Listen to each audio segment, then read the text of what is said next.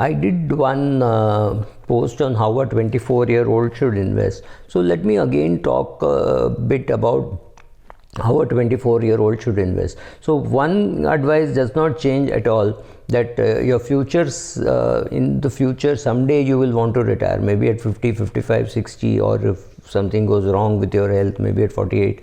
You do not know what could go wrong. So you have to invest and save for yourself. There is absolutely no doubt that that has to be the best advice anybody can give you. Start as early as possible. Go and check all the calculators. There is no calculator which will say delay karo.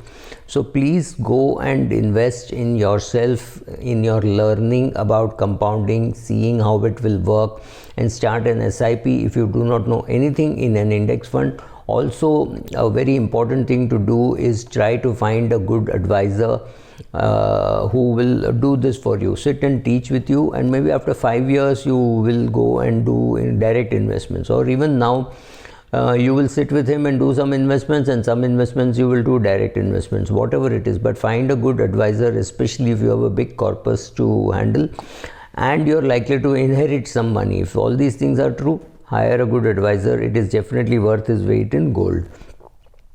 One advice which is very contrary to what everybody else in your family will be giving you is, I'm very clear that you should not be buying a house at this age. Buy a house when you're 37, 38, because you have more visibility about what you want to do in your life. Maybe you have a kid.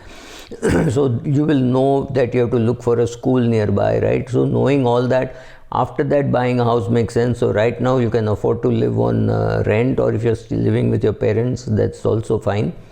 Don't get too carried away by American websites which say by 18 you have to move out, or by 22 you have to move out. You choose your level of comfort, but don't buy a house. Take it on rent if you need to live separately. That's fine. Don't postpone investing. This is again takeaway from the first one, because people say, let me finish my student loan, let me finish my car loan, this month is my my sister's wedding, or something like that. Don't use any of these excuses. It is always to be done along with it, because it's never going to stop, right? So if you are repaying loans, yes, fantastic, but does not mean you should stop investing. Don't wait for A to happen, then you will do B. Don't do that. Whatever is the amount with which you can start your SIP, please go ahead and start. If you know how to select, great. If you do not know, there is always an index fund. There are many calculators which will allow you to run the saying, should you be buying a house, or should you be or should you be investing the money. But please also realize life is not just about knowing what is that. The question is, do you have the family strength?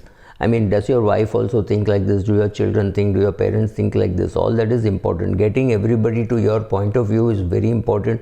You should keep trying that, right?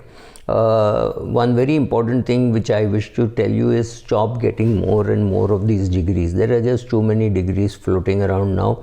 So people think that you should do your professional course and then do your MBA also.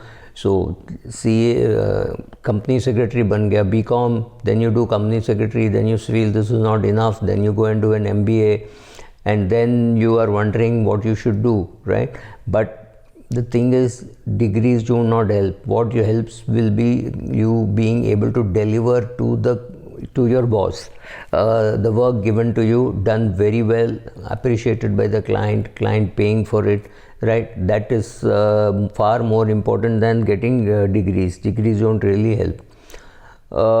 Become wealthy. Don't try to become rich, which means if you're earning 100,000 rupees a month and you're spending 100,000, you'll definitely feel rich, but you're not wealthy.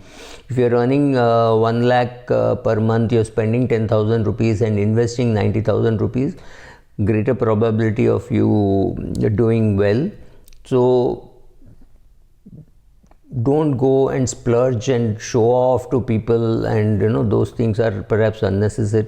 Yes, you need a car, but if you do not need a car, don't buy a car. Bombay kind of places, you will be able to always find public transport. Yes, if you're in a small town, you're living with your parents, you're sure or you're expecting that there could be a medical emergency and you won't get a vehicle. Yes, in those places you need to have a vehicle, but be careful about which kind of a vehicle you're buying, because buying luxury cars can very quickly dissipate your money. Yeah, I think that's it. Thank you.